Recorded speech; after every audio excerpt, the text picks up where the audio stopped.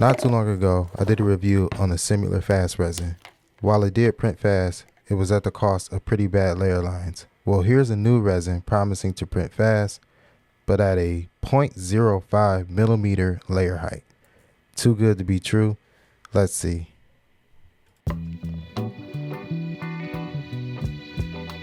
First, I want to start with doing an exposure test. I did use their recommended settings. Well, kind of.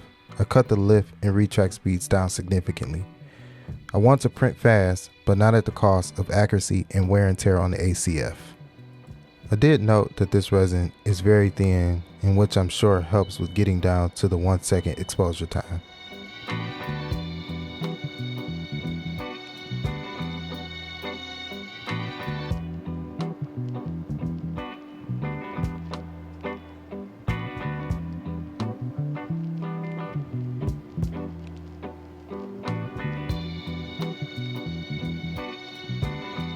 It only took 14 minutes to print these exposure tests, even with the slowed down speeds.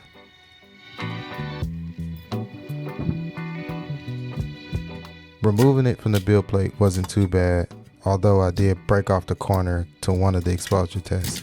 I'm sure I could lower the bottom exposure a little, but hey, better safe than sorry.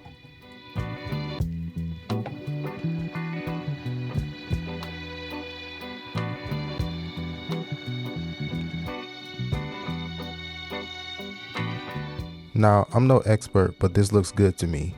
Nothing stands out as a problem, however, I could be wrong. Let me know in the comments. I thought it would be a good idea to do some type of strength test, so I gave it a shot. Now, there was nothing scientific about that, but to me, it broke like regular resin, so nothing to note there. Alright, let's move on to printing one of my art toys.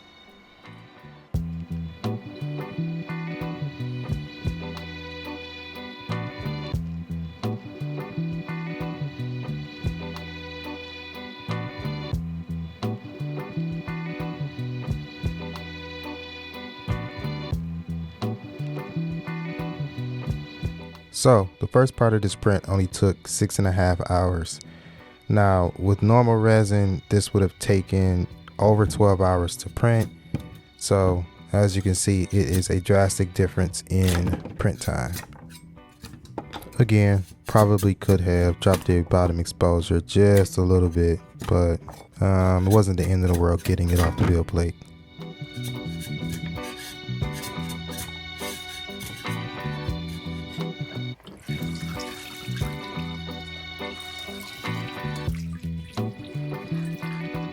Quick tip for cleaning your prints. Now, I know isopropyl alcohol can be a little expensive, but it's a good idea to have 2 separate tanks for cleaning. One tank will be for getting the, initial residual resin left on the prints off, and then your second tank is going to be like sort of your final clean or your deep clean, so to speak.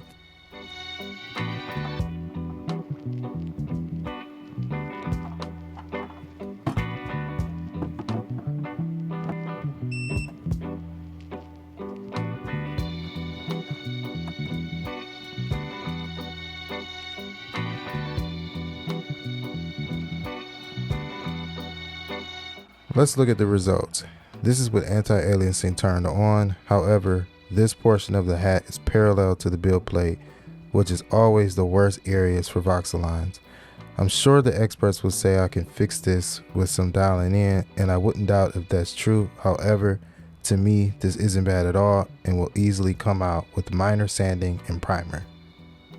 Here's a shot of some of the support scarring. I did fill in some of the holes with CA glue, as you can see. It's not much to say there. Obviously, we'll have to do some sanding to clean that up, but looks pretty normal to me.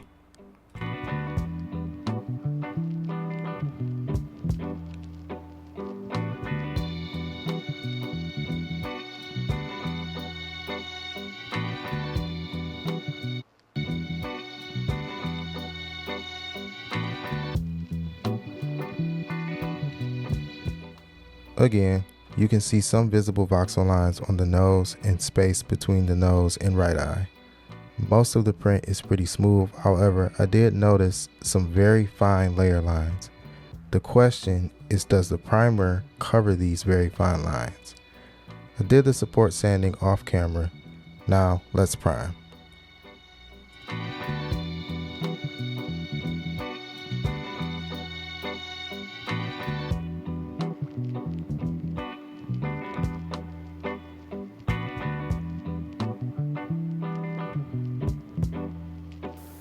Okay, so conclusion is that the primer did just about cover all the fine layer lines. There was a couple of spots where I had to just very lightly sand, but for the most part there was no crazy amount of sanding that I had to do to get rid of any layer lines at all.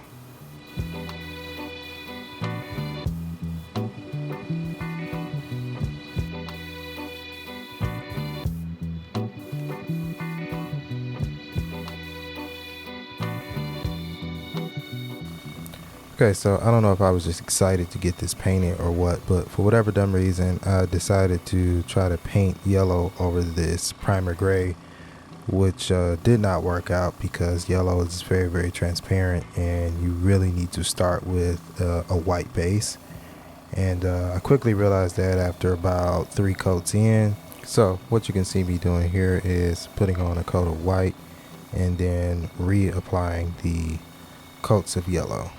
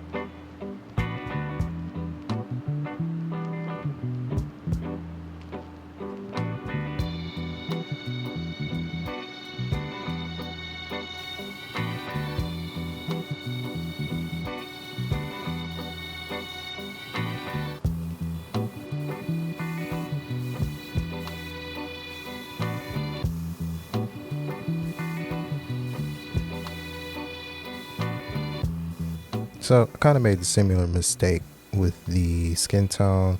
Should have started with a different base to make this sort of brown pop a little bit more, but whatever, you live and you learn.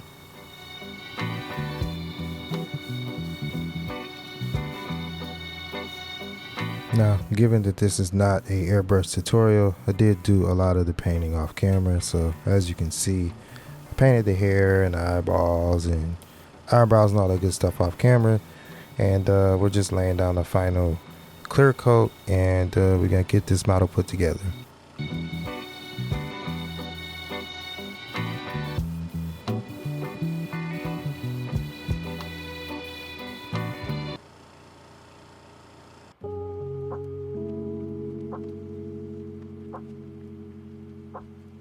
So for reference, this print stands about 16 inches tall, and with that being said, my conclusion is that this is probably the best resin for getting these large prints done.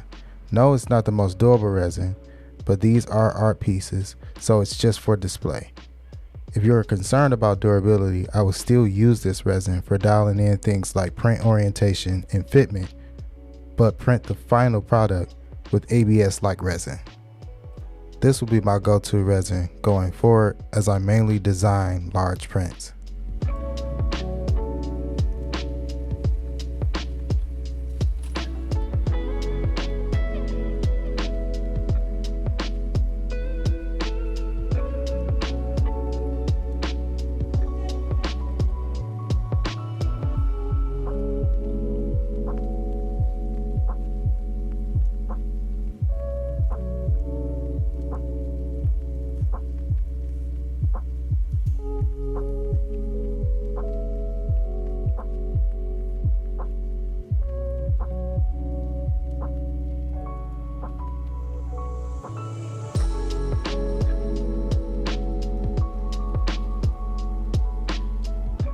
If you enjoyed this video, or it gave you a little bit of info, make sure y'all hit that like button, make sure you subscribe, and I'll catch you on the next one.